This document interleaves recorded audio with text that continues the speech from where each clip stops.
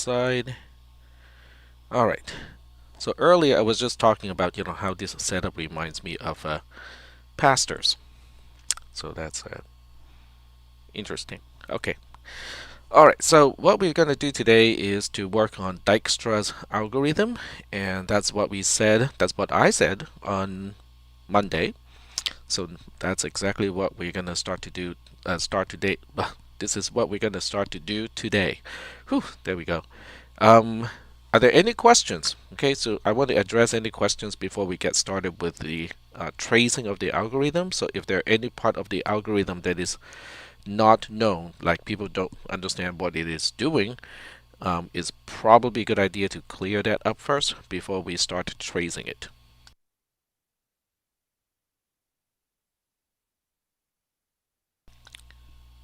All right, so I'm not seeing any questions, so we'll go ahead and get started with tracing the algorithm today.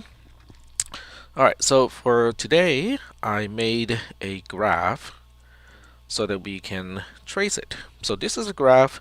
We have 6 vertices in this case. We got vertex A to vertex F, and then we got a whole bunch of edges.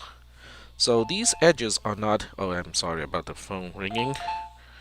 Oh, it's a district emergency call. I'm gonna turn it off for now. I'm, I'm guessing you guys are getting it too because I think it's an emergency for everybody. Probably either a test or something else. I have to check the text message later. But if you're getting the same call, you can also let me know what it is about. Okay. So let's move on and talk about the tracing of the algorithm. All right. So I got the whole thing set up on this computer. The code is here, and then I have the spreadsheet here. You have access to this spreadsheet. Okay, so you might want to, kind of look at the spreadsheet, while I'm working on it. I will share the spreadsheet, using screen share, so you can actually see it while I'm working on it. But all of the documents, except for the graph itself, you can actually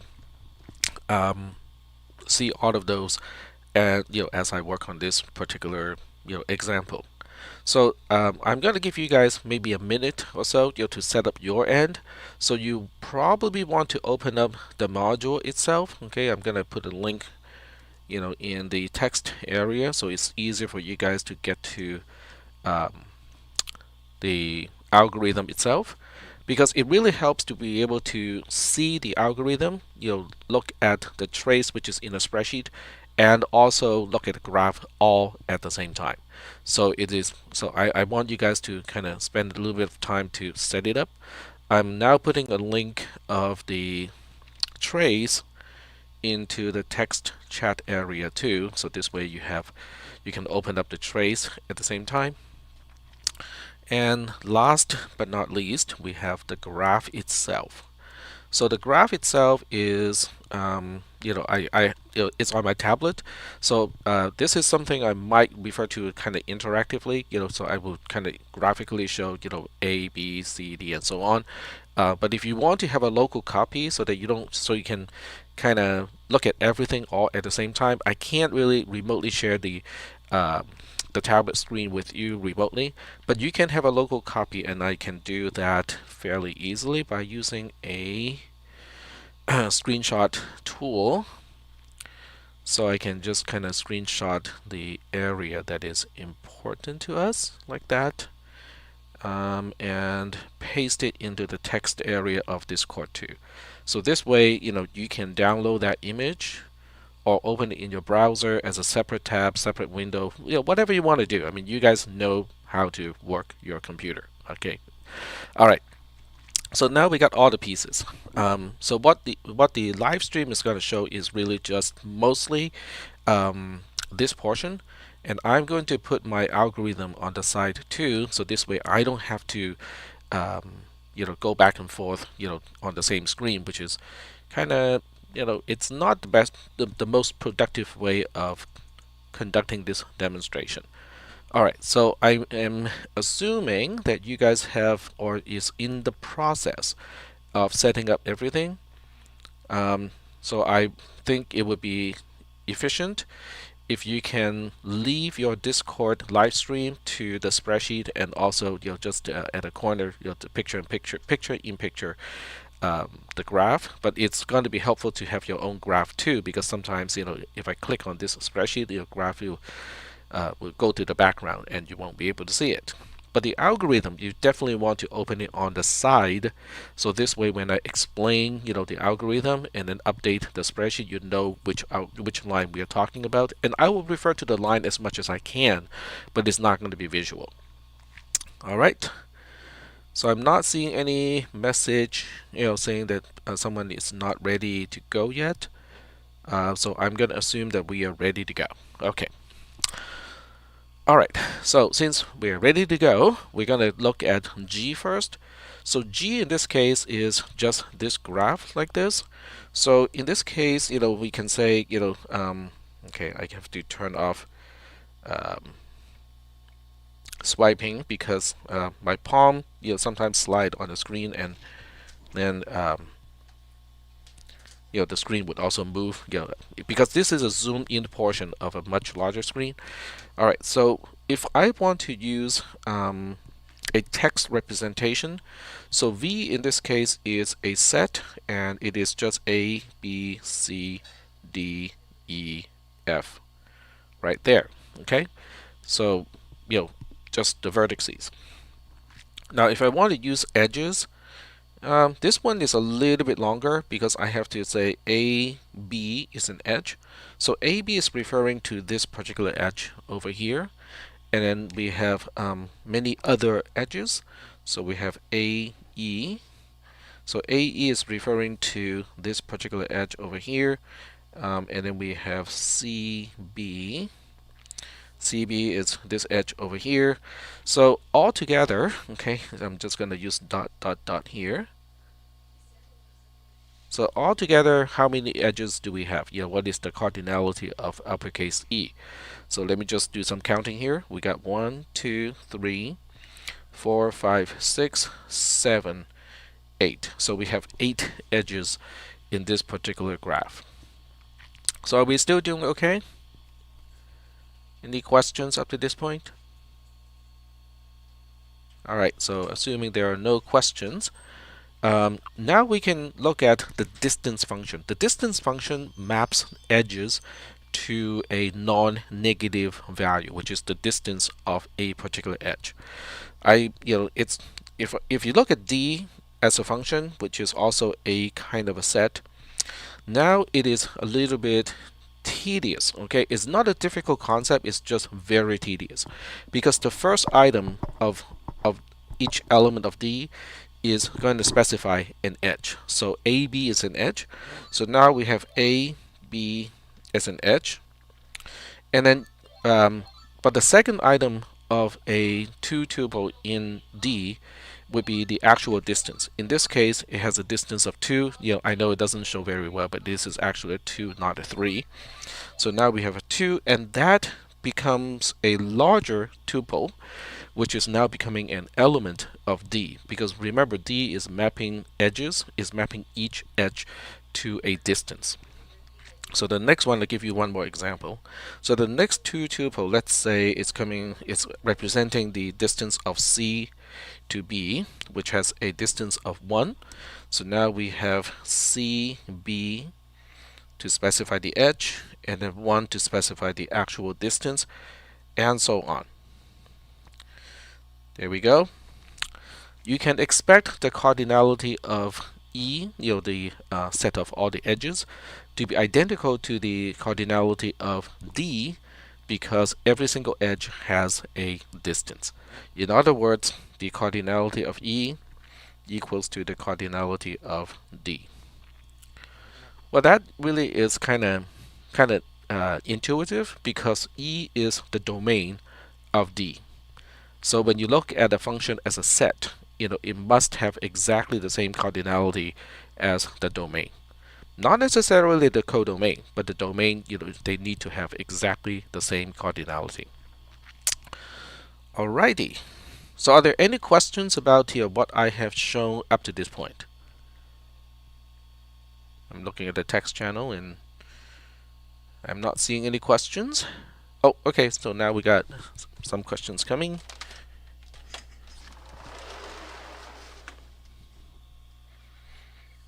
All right. All right, so D maps. Okay, D is a function. It maps edges to distance of the edges. In other words, this is how we know, how far two vertices are apart from each other when we are looking at a single edge. All right. Cool. All right. So I'm looking at the number of people who are sharing the document. I'm guessing some people are not, sharing the spreadsheet. That's okay. Okay, it's not a big deal.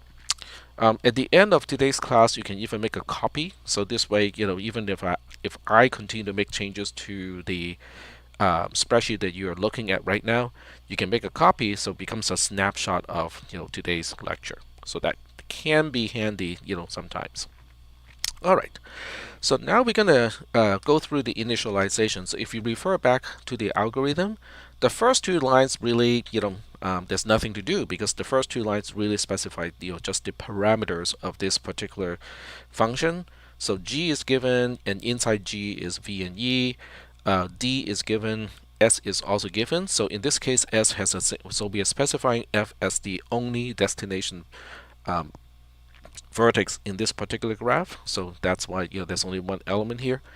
It doesn't have to be a single element. Remember what I said in the previous lecture. This particular Dijkstra's algorithm will find shortest paths from every vertex in the graph to a destination. So it's actually it's kind of cool in a way, because it's not really that much more expensive compared to the other kinds of Dijkstra's algorithm. All right, the third line from the top in the algorithm for each V in S, blah, blah, blah, that is initialization.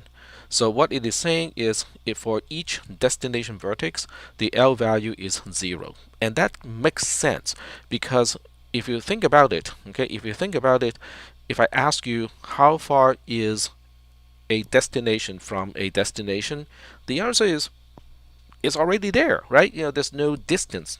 So that's why the L value of every single destination vertex, but in this case we only got one, is going to be 0. Okay, so I am... Okay, that doesn't seem to work, unfortunately.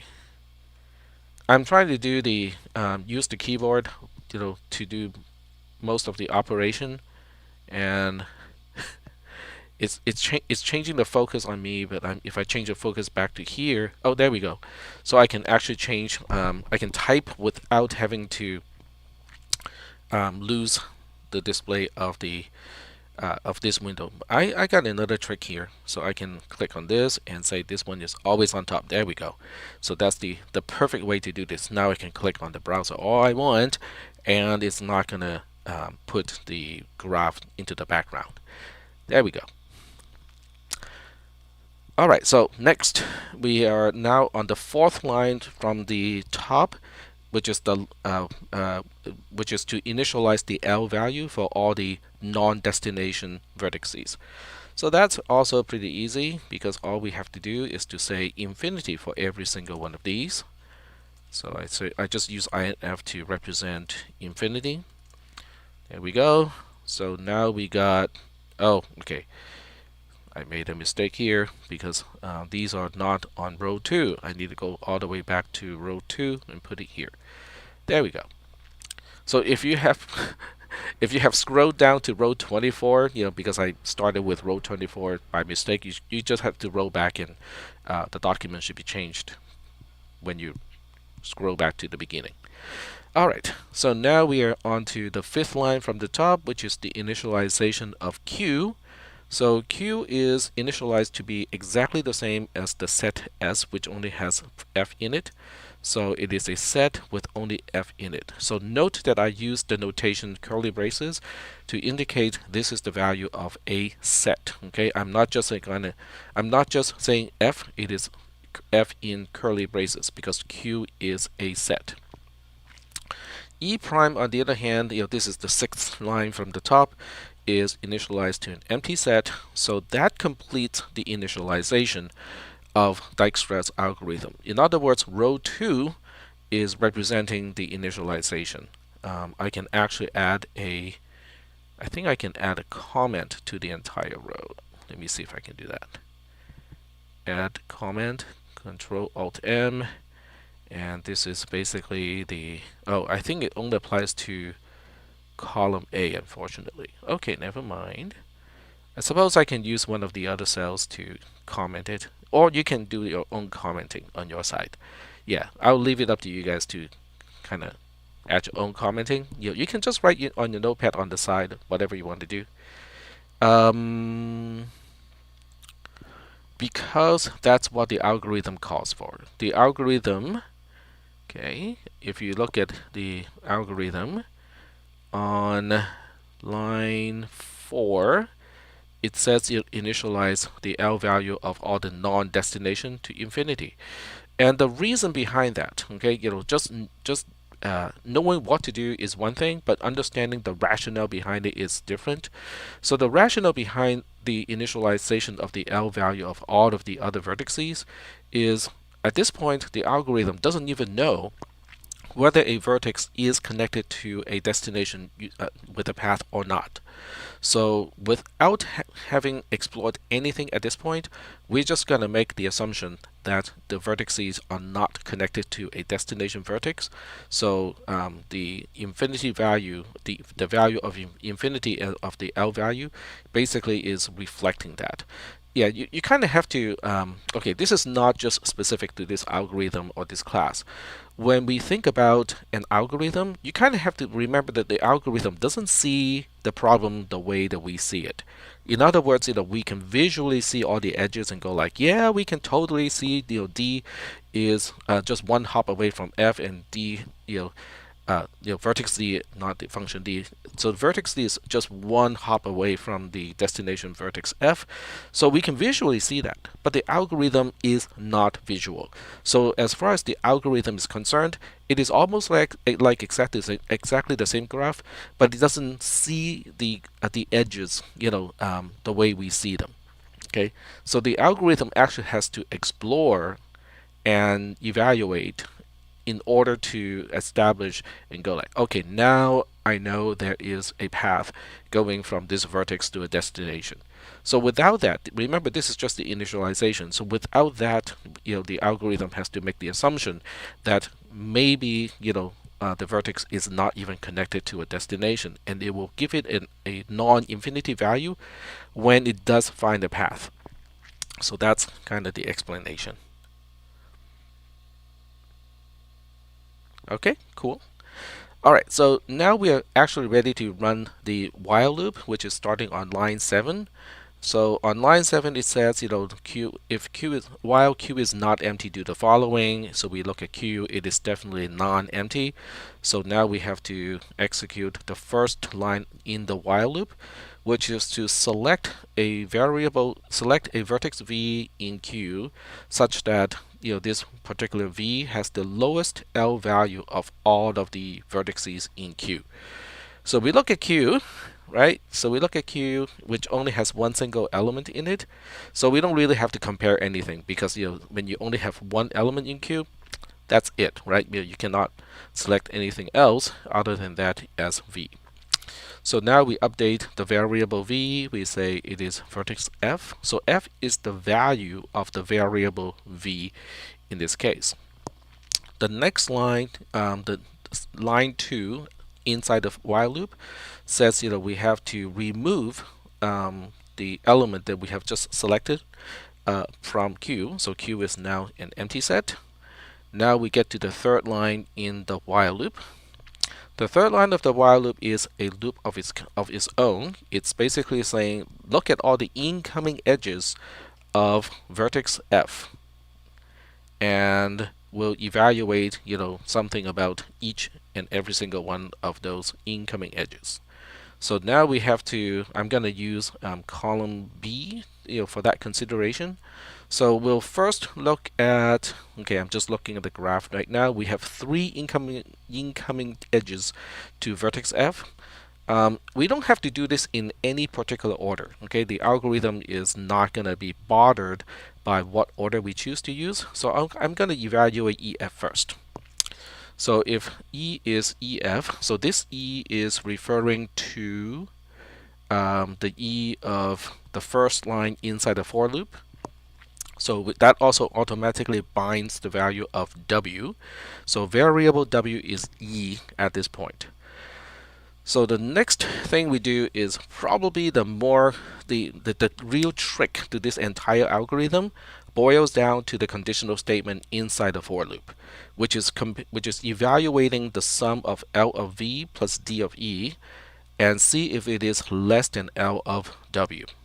Now I know there's a lot of symbols in this case, but we just have to work on this one by one. So V is F, L of F is 0. And in D of E, if you look at EF, the edge EF has a D of 4. So 0 plus 4 is 4. That would be the left-hand side of the less than. Yes, that would be the left-hand side of the less than. And then the right-hand side of the less than is just L of W. W in this case is vertex E. And when we look up L of E, it is infinity. So now the question is really boiling down to is 4 less than infinity? The answer is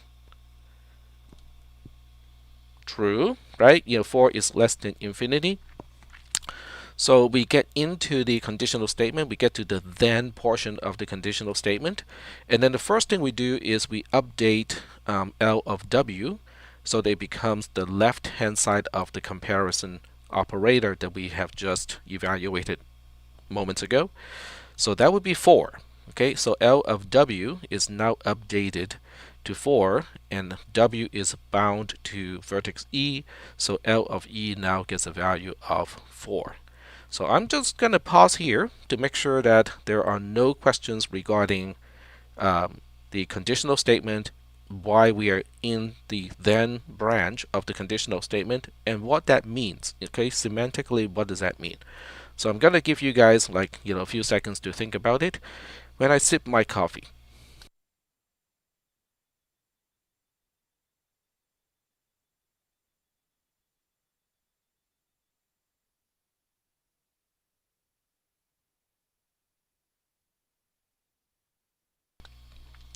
Are there any questions? Okay, apparently no questions.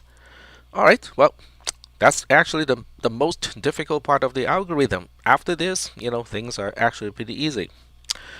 The second line in the then statement says for each WU in E prime to remove it from E prime basically.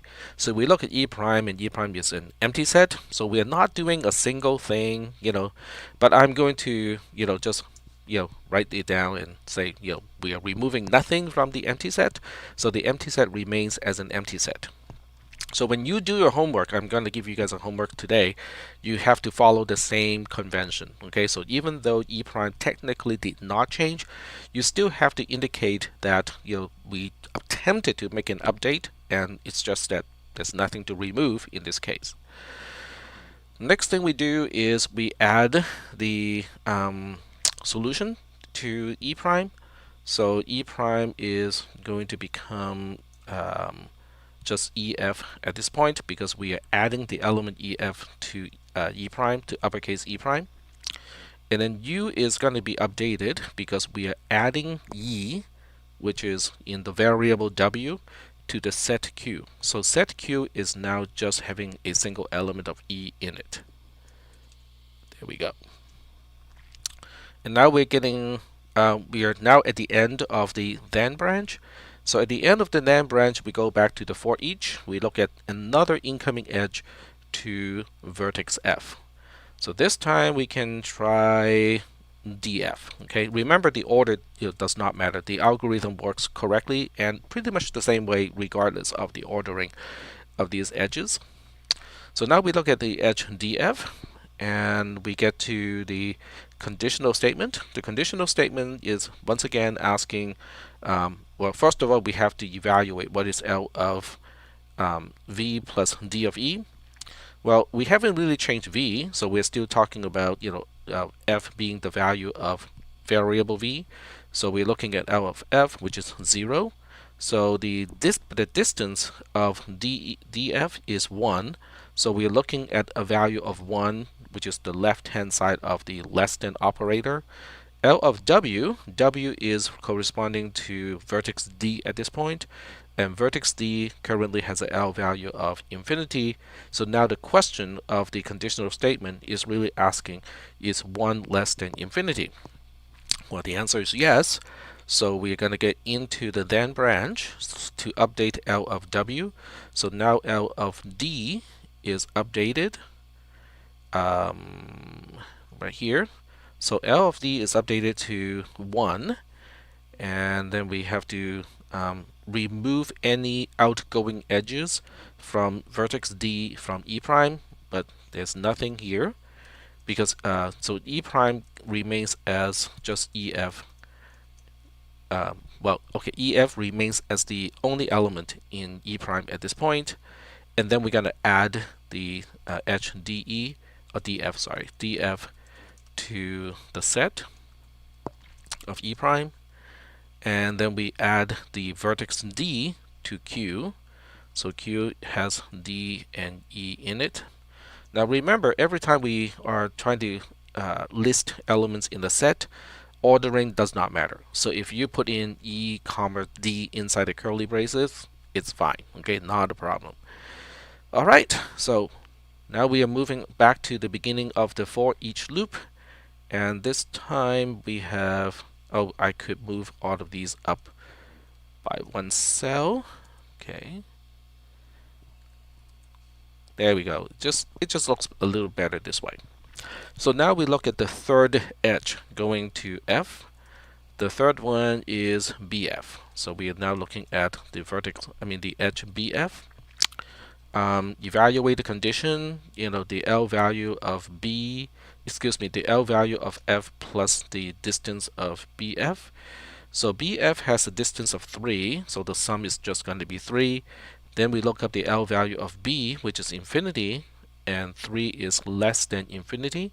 So as a result, we get into the then portion of the conditional statement. We update L of B to become 3 in this case, and then we try to remove all the edges, all the outgoing edges from vertex B, and there's none at this point. So I'm just going to be super lazy because this is a spreadsheet, so I can do this. So instead of manually copying, I'm just referencing the earlier definition. So now, and then we have to add the new edge, right? The new edge is BF. So there's no way to, there's a way to do it, but I don't want to do it because it's just a whole bunch of string operation, and I don't feel like doing it. Okay, so we have BF as the extra element in here, and don't forget to add B to Q. So Q now has BDE in it. And now we go back to the for each loop, and that's it. These are the only 3 incoming edges to vertex F. So we are done with the for each loop. The for each loop is also the last statement of the while loop.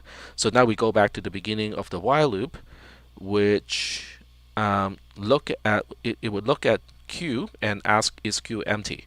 So Q is obviously not empty. This time we have 3 elements in Q, so we get into the first statement inside the while loop. So it's time to pick out what vertex V, or what is the vertex that should be in the variable V this time. So this time, okay, it's not as easy as last time, because last time we only got 1 element in Q, so we don't have to really do any comparison. This time we have got 3. We got B, D, and E. So amongst these 3 indexes, now we have to evaluate which one has the least L value. So we're looking at B, D, and E.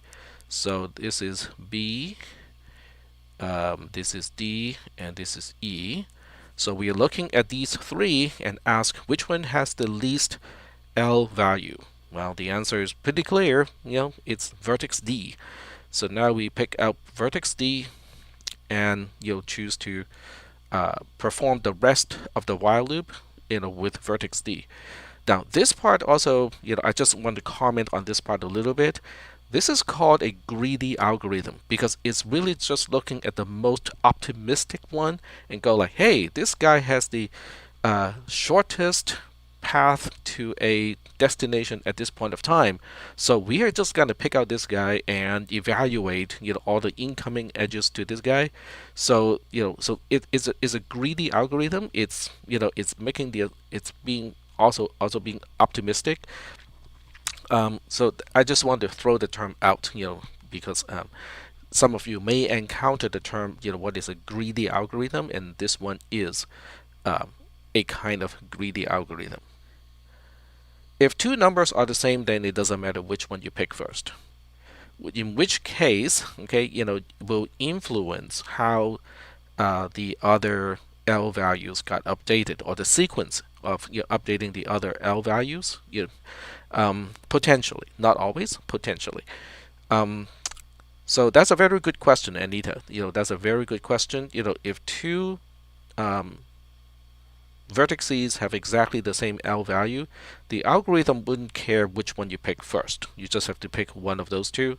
But the actual outcome of the algorithm can change depending on which one you pick first. Now, that being said, Dijkstra's algorithm is correct. In other words, if there is a shortest path, it will find it. And it will not settle on a non-shortest path when the algorithm completes. So that also means if the same vertex has two ways to get to a destination vertex, and both both paths end up having the same length, then either one is okay because they have equal lengths. So either one is a shortest path, but Dijkstra's algorithm will only identify one of the alternative shortest paths. It cannot track multiple shortest paths. So I just want to throw that out because of the question that was just asked. So I just want to throw that out. When you have multiple shortest paths from one vertex to a destination vertex, Dijkstra's algorithm will only identify one of them. So it cannot find all alternative shortest paths. Alright, so now we continue the algorithm starting on the second line in the while loop. So the first thing we do is we remove D from the set. So now we only have B, E left in the set Q. And now we look at all the incoming edges to vertex D.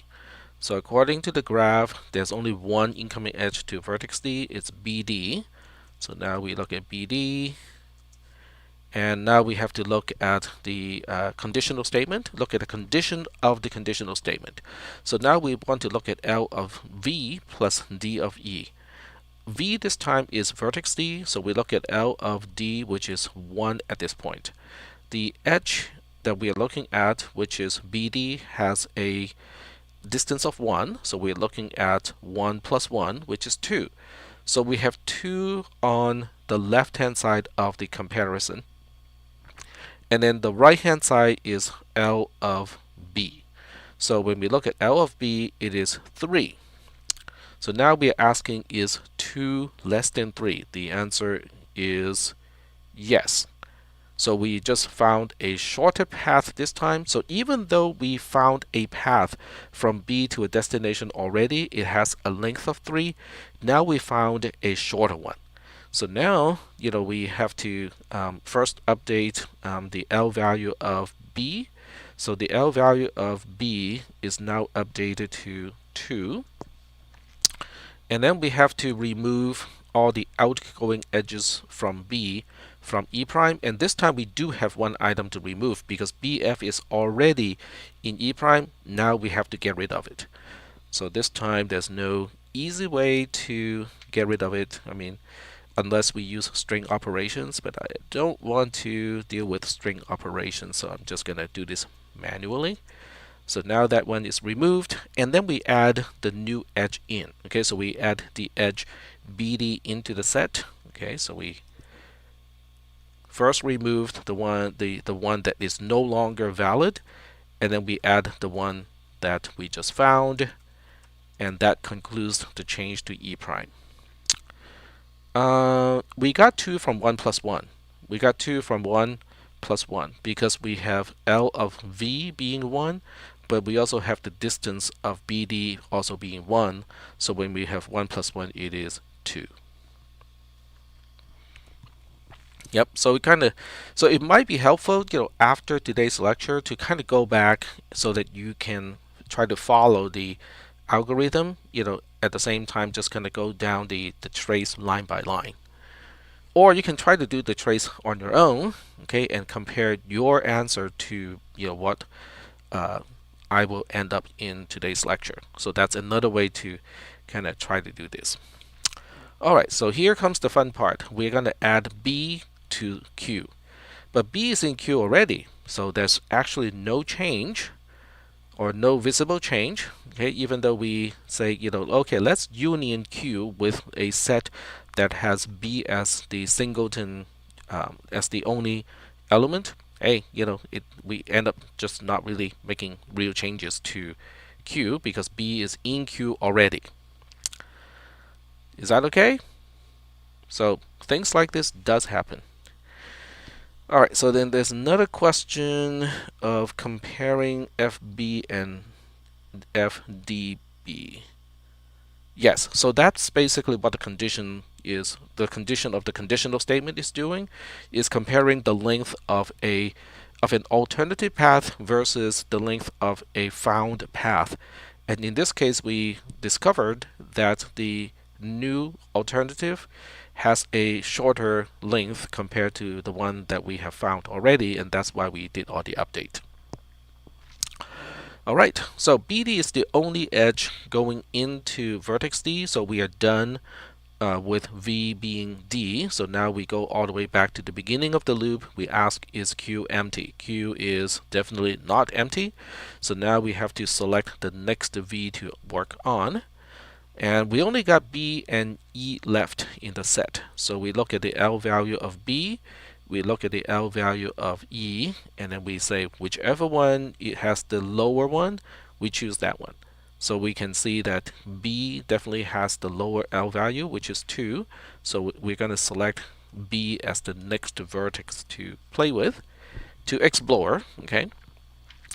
And we also have to remember to remove it from Q, because otherwise it's very easy to get stuck in an infinite loop, because Q doesn't get any smaller if we forget to remove the selected element from Q. The next thing we do is to look at all the incoming edges of E. Alright, so let's look at vertex vertex B. I misspoke. Now we look at all the incoming edges to vertex B. There are 2 of them. So one is from vertex C, the other one is from vertex A. Doesn't matter what order you want to use. You can always do it non-alphabetical order. So we can explore edge CA first. And if you look at vertex C still has a L value of infinity. So that pretty much tells you that we're going to update the L value, because we just found we found the first path from vertex C to a destination. So now we are going to update vertex C, the L value of vertex C for sure. So now the question is, what value is that going to be? Well, we're going to use CB, not CA, sorry. I mistyped here. It is CB. So we look at the edge CB. We know the L value of B is 2 already, okay, because we just updated it. And then we have to add the distance of the edge from C to B, which is 1.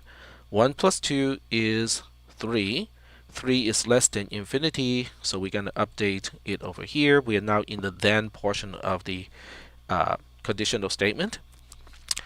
And then we look at the edges in E prime already, and we say, okay, let's remove every single outgoing edge from C, but there's none, so there's really nothing to do with E prime, even though we technically tried to remove edges, we ended up doing absolutely nothing because no edge fits the description of what we want to remove. And then the next thing we do is to add the edge CB into E prime. So we just add CB to E prime. I'm just matching the parentheses and the braces. There we go. And then we don't forget to add C to the set Q. So now set Q has C and E in it, like so. And that completes the one iteration of the for each loop. But we also have another edge going to vertex B. The other one is AB. So now we evaluate the edge AB. And one quick clue to tell you that we're going to have to do something is L of A has a value of infinity. What about the left-hand side of the less than comparison operator? We are looking at L of B plus the distance of the edge AB. The edge AB has a distance of 2, and then the L value of B is 2 is... Oh, I made the wrong update, didn't I? This is not supposed to be here. This is supposed to be next door. Okay, there we go. Okay, there we go. That makes sense. Why didn't I update L of C? Because I made a mistake. That's why. Yep, this is what happens when you have a human organic brain, trying to follow an algorithm to do the execution and talking at the same time. And I cannot multitask that well. Alright, so back to AB, that's right. Okay, so vertex A has a L value of infinity right now. So we're going to say, okay, what about D of AB plus L of B? That will be 2 plus 2, which is 4. 4 is less than infinity, so we are updating L of A to 4. But then we also want to remove all the outgoing edges of A from the set E prime. But that's okay, because it's easy to do because there are no outgoing edges from A in E prime at this point. So we just copy and paste. And then we paste one more time here, except this time we do have to add the new edge of AB into this E prime, which is the solution graph, the edge set of the solution graph. And then we also have to add vertex A to the set Q. So set Q now has A, C, and E in it. All right, so now we get back to the beginning of the for each loop, and the for each is now done because we only got 2 edges, 2 incoming edges to B, CB, and AB. They're both evaluated at this point, so we are done with the for each loop, which means we go all the way back to the beginning of the while loop. The while loop looks at the set Q and asks, is it empty? No, it is not empty. So now we have to select the next V. So this time we are looking at L of A, L of C, and L of E. And whichever one has the least L value is the one that we're going to select as the value of variable V. And this time, I think Anita is going to be very happy about this because we do end up with 2 vertices with the same L value. We have vertex E having an L value of 4. We also have vertex A having an L value of 4, but they are not the least. The smallest one is C. So, I spoke too soon. We don't really have the choice of selecting, oh, we can choose A or E, because they are, even though they are the same, they're not the least. The smallest one is C. So we're gonna have to pick C. Typo M. I'm not sure what that means. Oh, okay, right here. It is a typo because M is right next to the comma. Thank you. Alright, so we are going to pick vertex C in this case, and we have to remember to remove it from Q first. So Q only has A and E left in this case. And then we have to evaluate all the incoming edges to C. There's none. Woohoo! Okay. So there's not much to do this time. There are no incoming edges to C. So we are now done. We're done with the for loop because the for each loop has nothing to do. There are no incoming edges to vertex C. So now we go all the way back out to the while loop and then we ask, is Q empty? Nope, Q is not empty. It has got two elements. And this time, this time, Anita is going to say, okay, the question that I asked earlier was relevant because now we look at L of A and then we look at L of E and they do indeed have the same value of 4. So as I said earlier, the algorithm will do the right thing regardless of which one we pick. Okay, so they are just equally good. We can pick one or the other. Okay. So for those of you who want to test the alternative, I'm going to do this for you, okay, so that you have a place to do it. So I'm duplicating sheet 1 at this point. So copy of sheet 1, I can rename this one and go explore the alternative. There we go.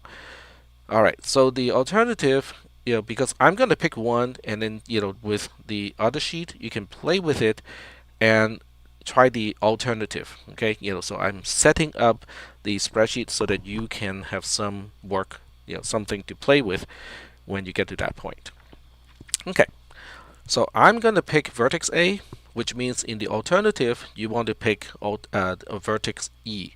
So I will make a note here also, just so that you know the starting point. All right, so that's something for you to do. But I'm just going to pick A first, and then we have A removed from Q. Q now only has E in it. And now we have to evaluate all the incoming edges to vertex A. There's none. Since there's none, the for each loop has nothing to do, which means, hey, we can go back to the while loop. And going back to the while loop, this time we can only choose E because E is the only element left in Q.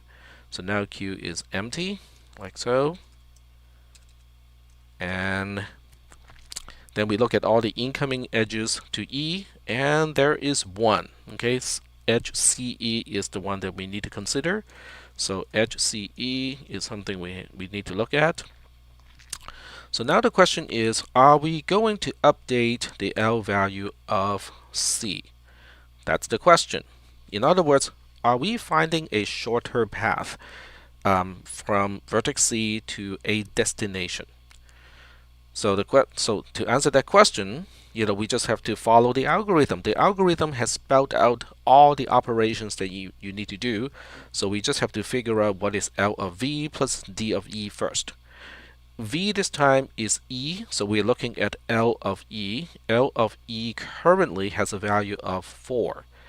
And then the edge CE has a distance of 1, so we're looking at 1 plus 4. 1 plus 4 is 5, so the left-hand side of the less than is 5. We are comparing that to L of C. L of C has a value of 3, and then the alternative is a 5. 1 plus 4 is a 5. So now we have to say, is 5 less than 3? The answer is no. So that means we do not get into the then branch in this case. So even though we are evaluating an incoming edge to vertex E, I think I just misspoke. Either I misspoke. Yeah, I misspoke. Because L of E is 4, we are asking whether 5 is...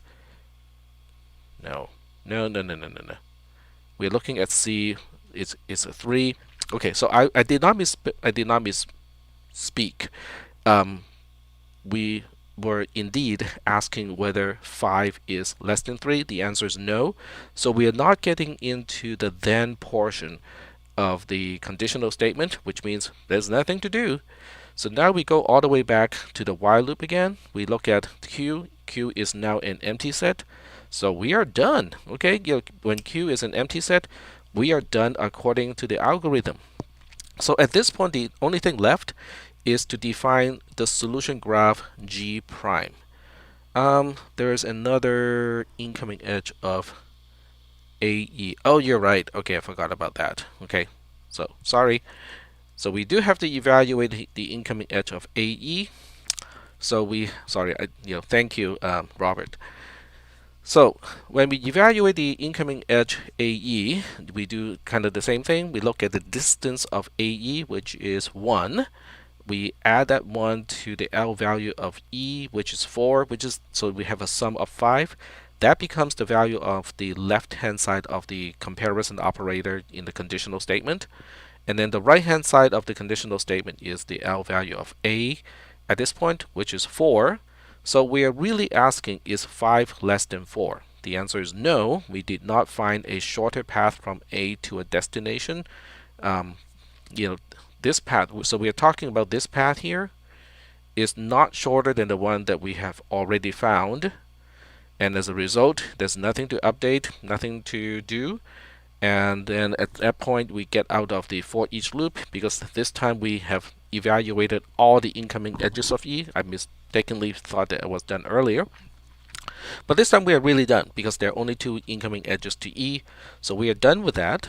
And as a result, we go back to the beginning of the while loop, which checks whether Q is empty. Q is indeed empty at this point, so we get out of the loop. So now that we are out of the loop, we basically want to define the solution graph. So to define the solution graph, I'm going to use the tablet, and I will somehow, okay, I know what to do. Okay, first I need to wake it up. There we go. And I can use a thicker line that is gray to indicate which edge are in the solution. So we just have to look up column D, look up E prime. So I'm just going to go through these one by one. DF is in it. So we have DF as a part of the solution. We have EF being part of the solution. Okay. And then we have BD as part of the solution. So this is part of the solution. And then we have CB in it. CB is part of the solution. And then we also have AB in the solution. So AB is right here. There we go. So if you look at the graph, the ones that look thicker, because I used a kind of thicker pen to draw those lines, those are in the solution graph. Okay, and that's the solution. That's the end result of applying this particular version of Dijkstra's algorithm. So you guys remember that I said earlier, on Monday, that we have just found the shortest path from every vertex to a destination. Do you remember that claim? So, but that is true, okay? Because if you pick any one of the 6 vertices, the solution graph will tell you just follow the arrow to get to a destination. That's kind of the deal, right? Because if you pick vertex B, okay? If you pick vertex B at this point, and just look at the thick line, there's only one outgoing thick line from vertex B, which is going to D, and then from vertex D, there's only one outgoing thick line that ends up in F. So that is what I meant when I said, in the solution graph of this particular Dijkstra's algorithm, we end up with every single vertex has its shortest path to a destination found, and we can have multiple destinations. Alright, so we got some questions. We got one question. Does this algorithm work on a bidirectional graph? The answer is yes, because all you have to do is to define for every single edge that we see here, you define the opposite direction edge and make it the same distance. Then we have a bidirectional graph, and the algorithm will work exactly the same way. I mean, you do end up with twice the amount of edges to consider, overall speaking, but it will still work correctly. Yeah, I think this is a pretty cool algorithm. Okay, we got some more questions coming. I'm gonna sip some coffee.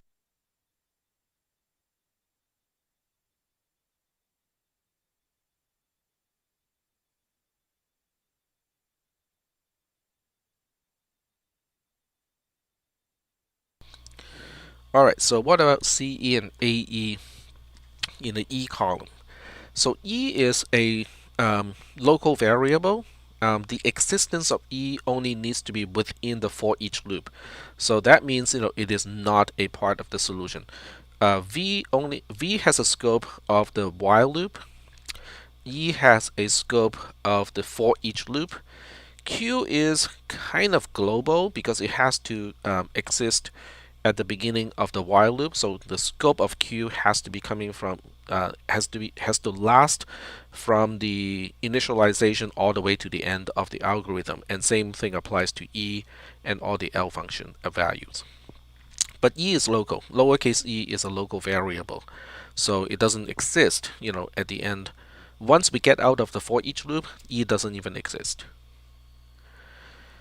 All right, so Yolanda says AE is not in G, even though the value is 1.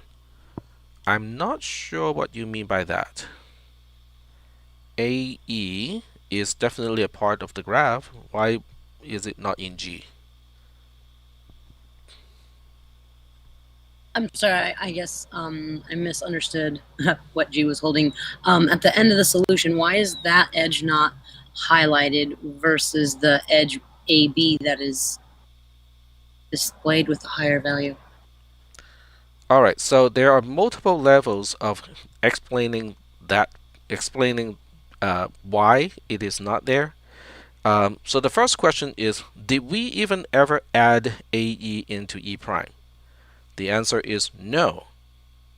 So if AE was never even added into E prime, it cannot possibly be in E prime at the end of the algorithm.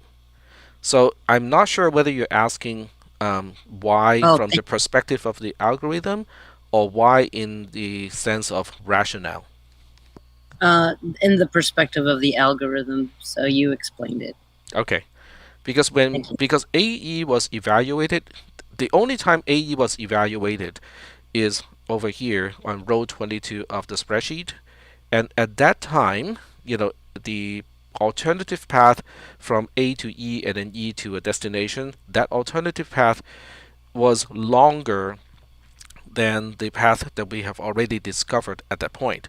So AE was never really added to the set, the solution graph, the solution edge set of E prime at any point of the algorithm.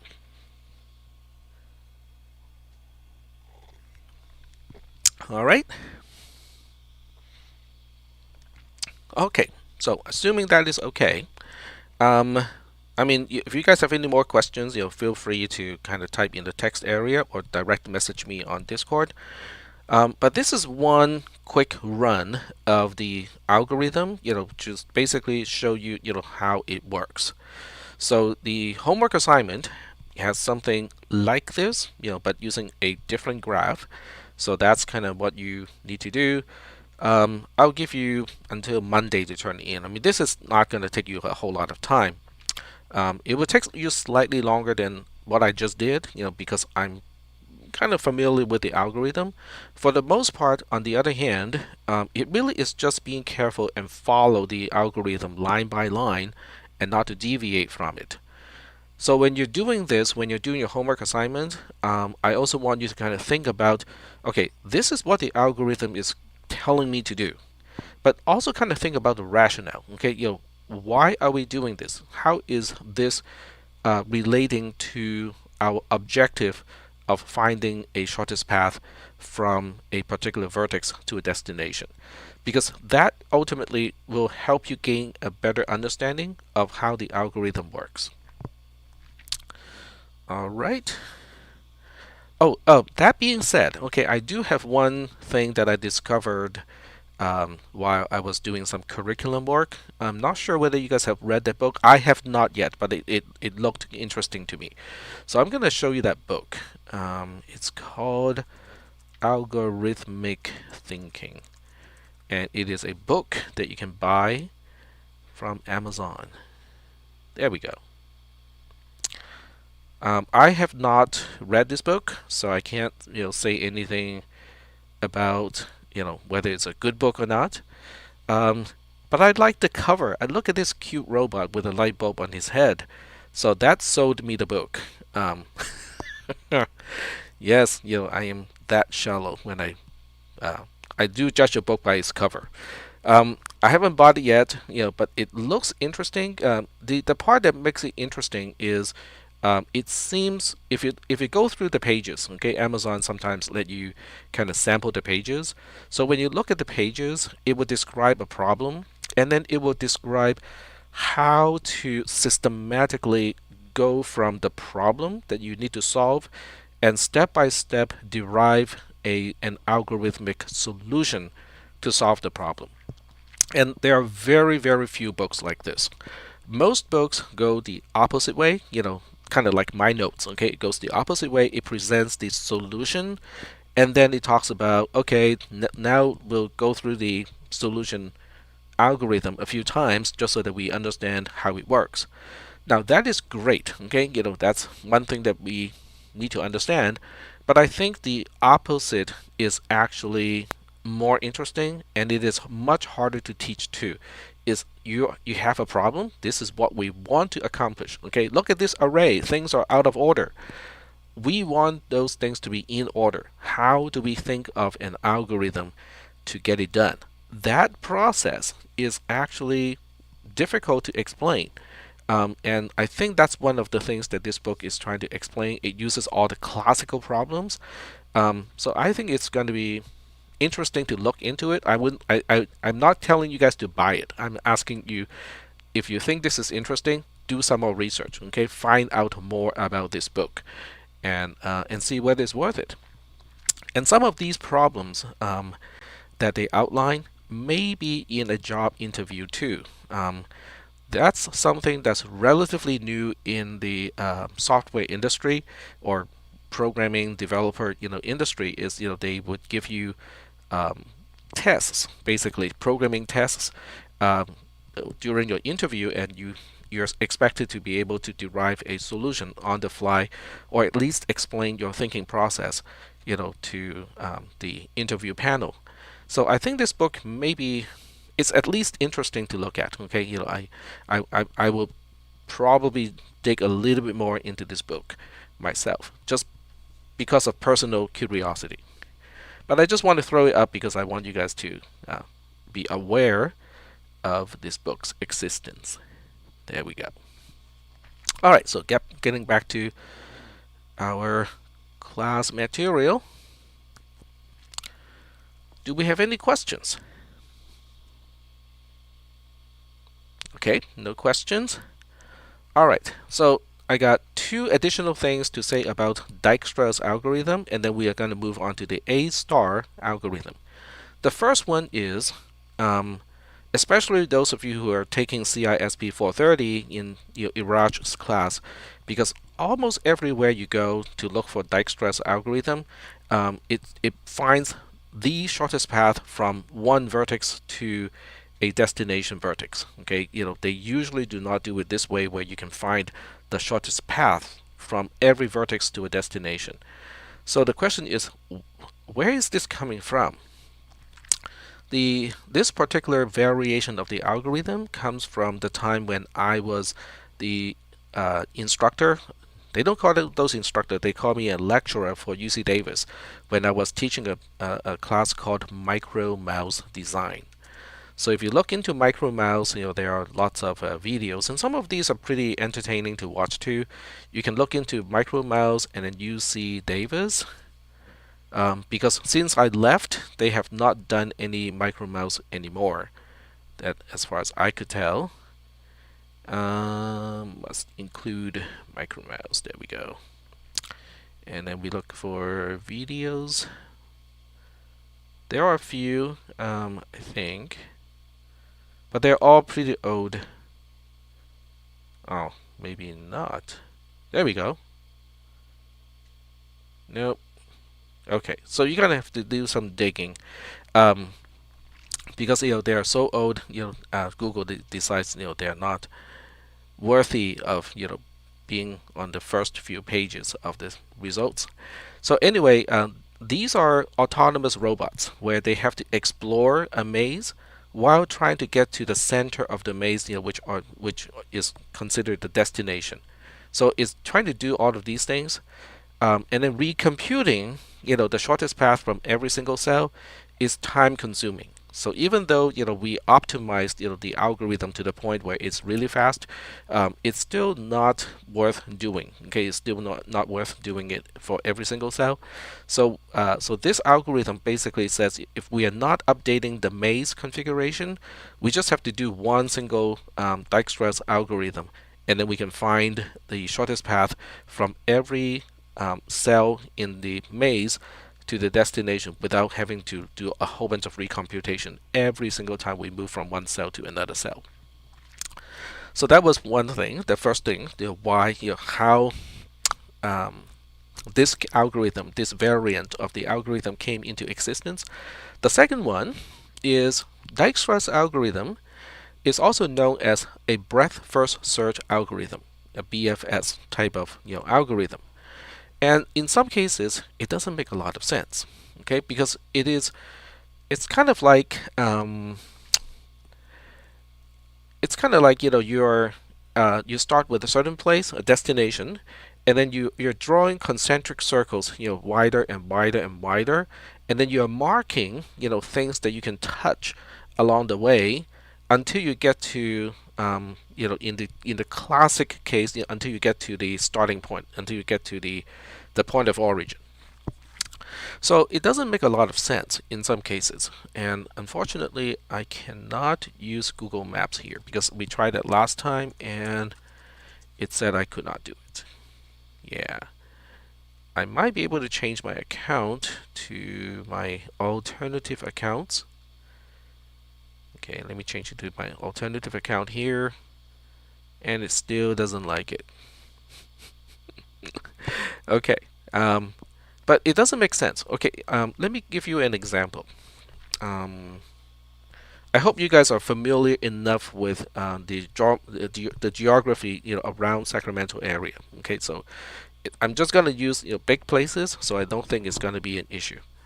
So let's just say that we are trying to go from um, Davis to Sacramento. Okay, so very general, wide area.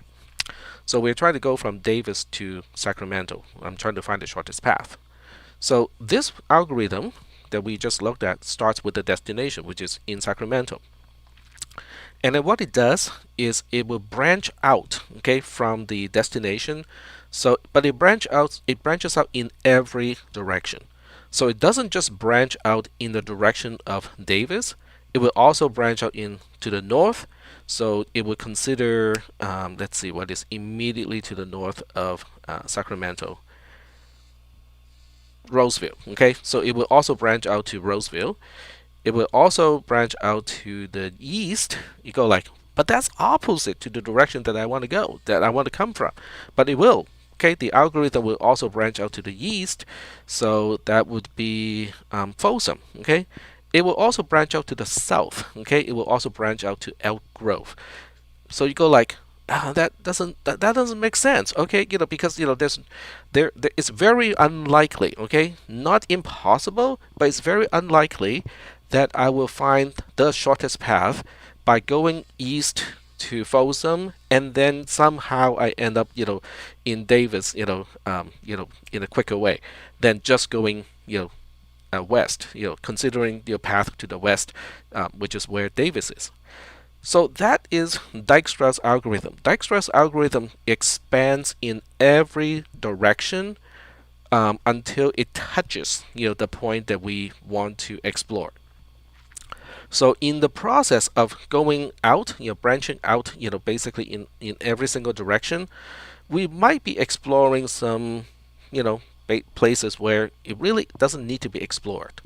And that is from the perspective of we have one single starting point and one single destination. From that perspective, okay, Dijkstra's algorithm, is not really the most efficient, okay, because it just branches out in a circle, in every single direction until we touch the point that we want to touch. Okay, let's see. We got some stuff going on in the text channel. Oh, Bing Map.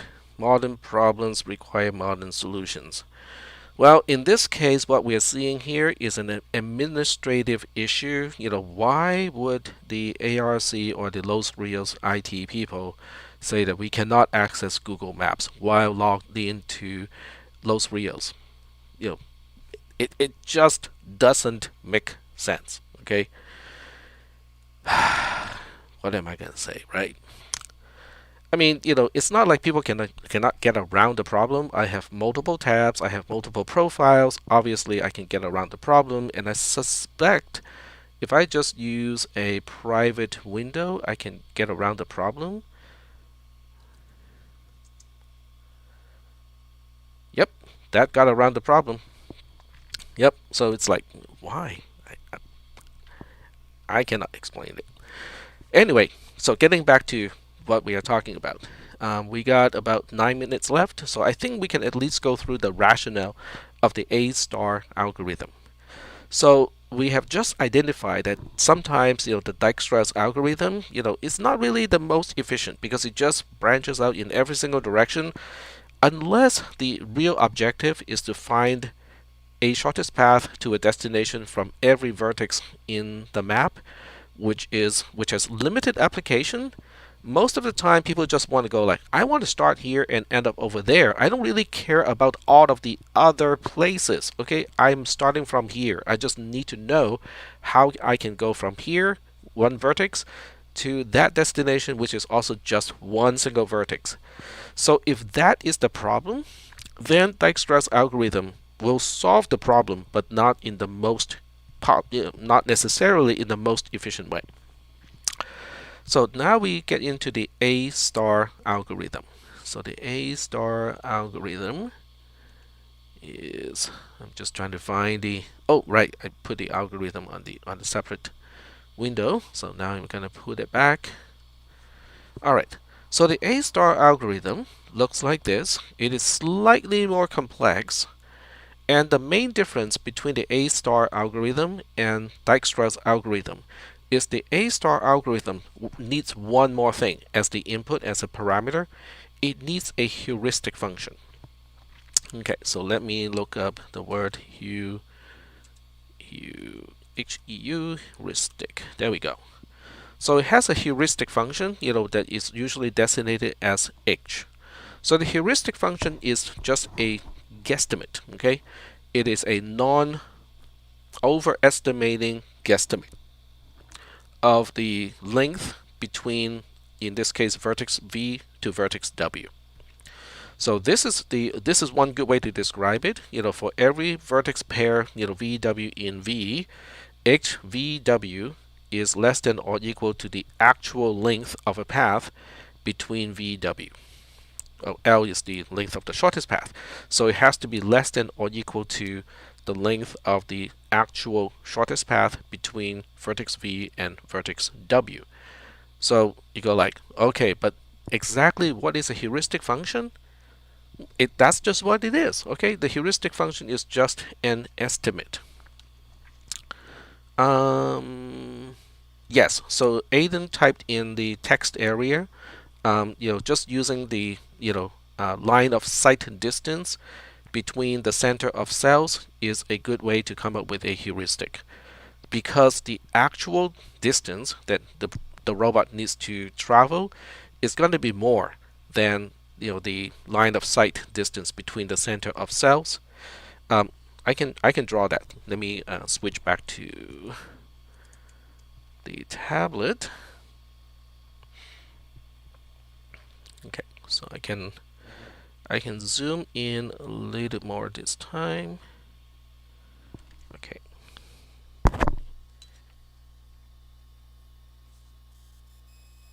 All right. So I'm swiping. I need a new page. Here we go. And then switch back to the default pen. There we go. All right. So if you think about a path, okay, in a maze. So I'm just going to specify a particular path that looks like a staircase like this. Okay. And it will make an assumption that the robot could not go diagonally. It's too wide, too big, too clumsy to go diagonally.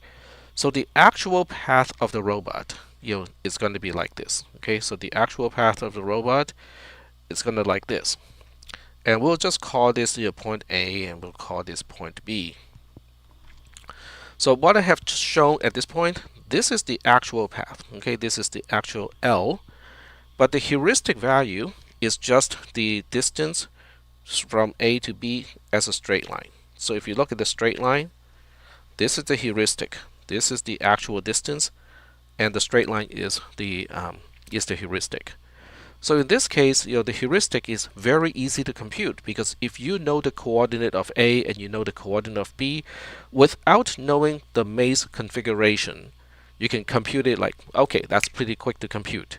So it is always guaranteed to be a non-overestimating distance, because the actual distance between A and B cannot be shorter than the actual straight line distance between A and B. And what Aiden type is correct. The the L value is not that. Oh, okay. In this specific case, yes, there's a function to map the H value to the L value. But even if the maze is configured in a very convoluted way, okay, so I'm gonna let me. So let's just say that because of the maze configuration, the actual path is going to be more convoluted. I'm trying to.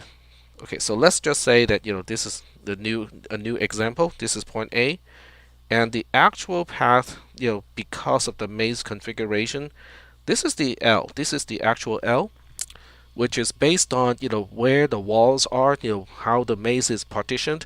This is the best we can do. Okay, the actual best path we can find is this, but it is still okay to use the straight line distance as an estimate, because there's absolutely no way that we can travel anywhere shorter than the straight line distance. So the straight line distance, this one being h, is still usable as a heuristic. And the idea of a heuristic is you can compute a heuristic very quickly and easily without knowing anything about the actual graph configuration. You can compute a heuristic in this case, just like that. So that makes it a very good heuristic. The other word for the word heuristic, yes, if you're playing Portal, it is a different type of situation. Yes. So you cannot use this function as a heuristic when you're playing the game Portal. But then you also have to add to it, the lag time of setting up a portal, the energy requirement of setting up a portal, and so on and so forth. But I'm just joking here. So the bottom line of this is, this is a good rule of thumb, is a good heuristic, and then the only requirement for a heuristic function is it cannot overestimate. It can be exactly the same as the length of the shortest path. It just cannot be more than the length of the actual shortest path. But the other characteristic that we like in a heuristic is it is non-zero, because guess what?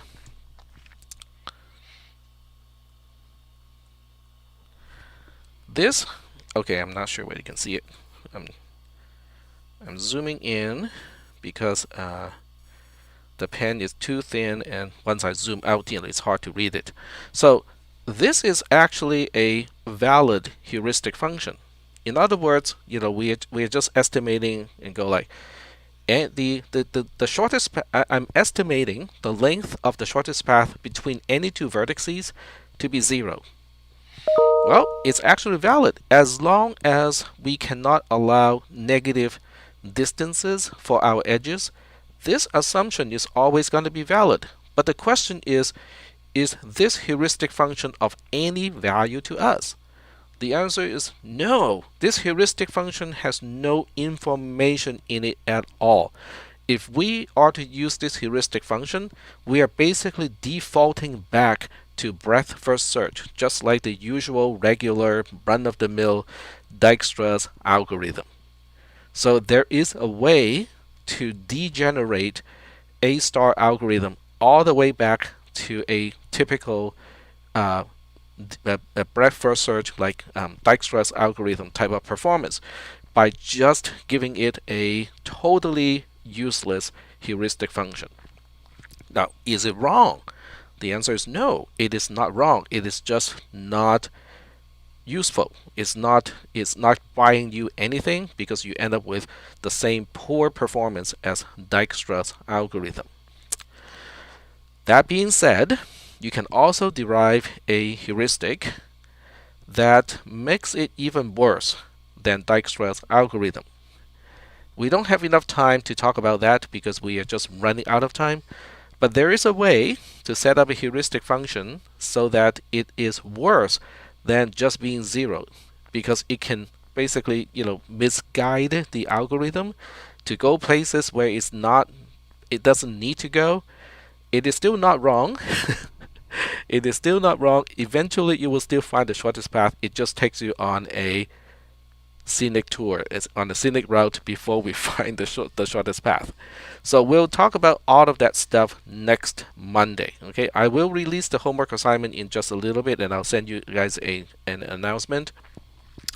But read ahead of me. Okay, the A star algorithm is not as simple as Dijkstra's algorithm. So it might take you a little bit longer to read and understand, of all the terms. And then next Monday we are going to do kind of similar to what we did today, is to run through an example with the A star algorithm on Monday. So it'd be very helpful if you read ahead of me and understand, the mechanisms of the algorithm. Then on Monday we just have to come up with an example, run through it, and then that should help you really kind of make connections between the steps of the algorithm. All right. So that's it for today's class. Going over the walls. Not sure whether that's actually permitted in MicroMouse or not, but all these years I have never seen a robot doing that. I have seen some crazy robots, from overseas, in MicroMouse competitions where, when it was videotaped, all you could see was a blur. Yep. But those are not student class competition. Those are what they call the open class MicroMouse competition. And so we're basically talking about, like top researchers of a high-end Japanese university, spending many years and God, who knows how much money to put into this robot that has everything optimized. But the performance is truly impressive. I mean, when you look at the video recording of those matches, all you could see is a blur. You could not even see exactly where the mouse is in the maze. So dig it up. You guys will be impressed by some of those entries. All right, I'll see you guys next Monday. Have a nice weekend, and don't forget to read ahead of me, and then I'll send you the homework assignment as soon as it is released. You're welcome. All right, I'm gonna check out now.